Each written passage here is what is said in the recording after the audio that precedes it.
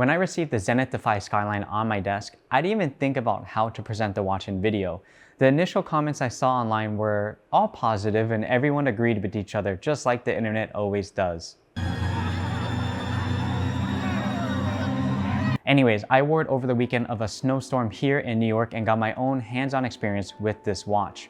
So is this a royal oak? No, this is a tree. Not really a tree expert or why that matters. Anyways, the Zenith Defy Skyline is a reimagined version of the Defy Classic sports watch and places itself in that four-figure price point in the steel sports watch with integrated bracelet tier, and its new dial is inspired by the starry sky over a metropolitan city like New York.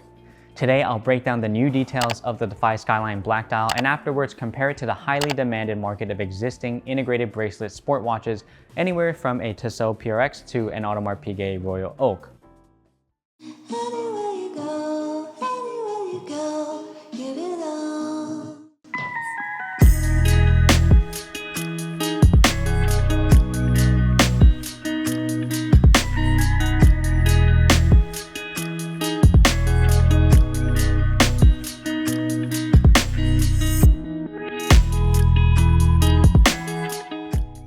First things first, the Defy Skyline comes in either blue, white, or black like featured here, and now has a stainless steel case returning that heft on the wrist since the Defy Classic was in either titanium or ceramic.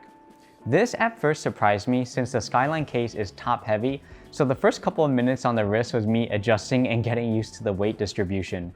In stainless steel, it weighs 5.3 ounces, while the titanium weighs at 3.8 ounces, and just for scale, my Cartier Santos Medium in steel weighs around 3.6 ounces. After getting used to the weight on the wrist, I could admire the new octagonal case shape with beautiful vertical brush satin finishing mixed with accents of high polish, a flat sapphire crystal, and a new screw-down crown which features 5 main points of grip for each point of the star, giving the watch a 10-bar water resistance for daily wear. The design of the crown is also large and easy to grip even if wearing gloves, like I was in the snow. The case design continues into the 12-sided bezel with the flat sides parallel with each hour marker, creating perfect symmetry. A design that comes from the 14-sided bezel from the original 1969 Zenith A3642, which was just reproduced this year as well. Yes, Zenith's A3642 sports watch launched 3 years before Audemars Piguet's Royal Oak in 1972. The beautiful vertical finishing continues directly into the bracelet that starts at the case from 26mm wide, a true integrated bracelet, and tapers to a wonderful 18mm at the clasp. The clasp is also easy to use with dual push button triggers to release both sides, and when you open the clasp, Zenith decorated the interior clasp with an overlapping perlage stamp for some additional flair. Now, my favorite thing about the Defy Skyline is how this watch wears with the bracelet all together. When doing wrist rolls, you'll see light bouncing off each link individually thanks to the nature of the vertical brush finishing and the bevels of high polish in between. I honestly think this is one of the best bracelets in the price point under $10,000, and Zenith has made slight refinements from the Defy Classic bracelet that allows it to wrap around the wrist comfortably. For a 41mm case with a thickness of 12mm, the Defy Skyline wears great.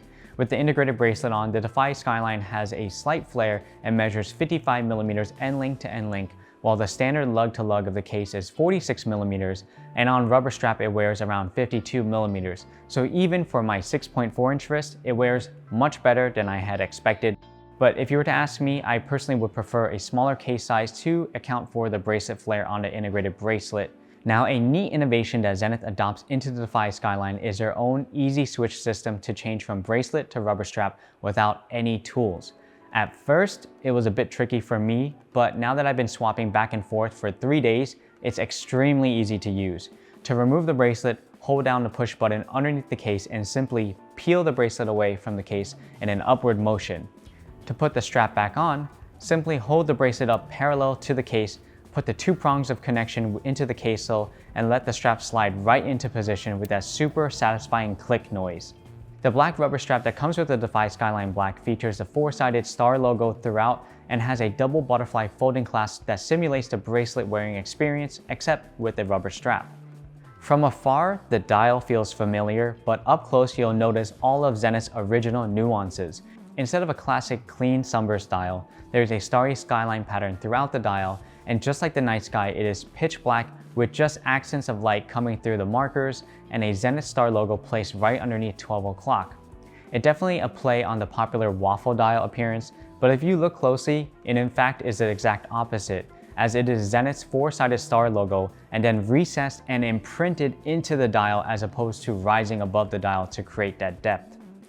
The texture of the dial is also just slightly reflective, just the right amount if you ask me, so there's not much glare and it makes for an easy watch to photograph or spot from a distance. The Defy Skyline carries a modified version of the 1/10 of a second El Primero movement that can be viewed through the large sapphire crystal caseback. The caliber 3600 movement was featured in the Chronomaster Original or Chronomaster Sport, both watches I featured on this channel, but here it is without the chronograph function, now called the caliber 3620. It is a 3 hands with the date, but if you look closely, you'll notice the 9 o'clock subdial features a 1/10 of a second subdial in place of a traditional 60-second counter. The 1/10 of a second subdial is a neat message from Zenith reminding the wearer that this is still an El Primero movement inside instead of an Elite movement that was used previously in the Defy Classic. Across the subdial is the date window sitting squarely at where the 3 o'clock marker would be. The date window wastes no space, making it easy to read and matches the background of the date to the dial color, creating nice visual symmetry. From the exterior of the dial, the minutes are set up on a slightly indented minute track, but this time without all the additional lines in between every minute for a much cleaner look. The hour markers are applied, polished, and filled with superluminova, creating a bridge from the minutes to the center of the dial, and is the same width of the hour markers on the dial, so legibility and time reading is fast and efficient. I really like the look of the hour and minutes hand. The way it is polished on the top of the texture dial keeps things very clean. Now, the El Primero caliber 3620 contains over 228 components, moves at the high beat frequency of 5 Hz, and has a power reserve of 60 hours, which is great for daily wear. Since the watch only displays a 1/10 of a second, I could not properly measure the seconds per day, but after putting it on the time grapher, this one runs at -1 second per day, which is extremely accurate and in line with what I experienced since the watch was always exactly on the correct minute.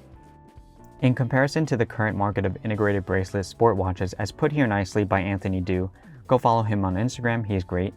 Zenith Defy Classic is in the category of under $10,000, but with the new Defy Skyline, this bumps it up a level to compete directly with things such as a Chopard Alpine Eagle and that sort, which is right under the heavy hitters. In particular, the bracelet is a similar beautiful quality to that of the Bulgari Octo Finissimo in the way light bounces off of it and its wonderful taper. What makes Zenith really stand out and hit hard even when compared to the top tier is an extremely well done strap change system. In my opinion, it is more secure than the Vacheron Constantin Overseas, which is considered the top level here. It also has a screw down crown with 10-bar water resistance, which is great for daily wear, and features a unique 1/10 of a second El Primero movement with stop second, which several watches of the top tier does not even have a stop second. There are a lot of options here, and obviously the demand for integrated bracelet watches has not died down. If anything, the demand has only continued to increase, so what Zenith did here is make big improvements to its already existing offering. If you like the style of integrated bracelet sport watches, then I think this could appeal to you, and is available to purchase in our store Carrot & Co., an authorized retailer for Zenith. Thanks so much for watching this video. I hope you enjoyed it. If you're new here, please make sure to subscribe to my channel to learn more about watches. Like this video if you enjoyed it, and leave your comments below on your thoughts on the Zenith Defy Skyline. Anyways, it's been a minute, and I'll see y'all next time. Bye bye.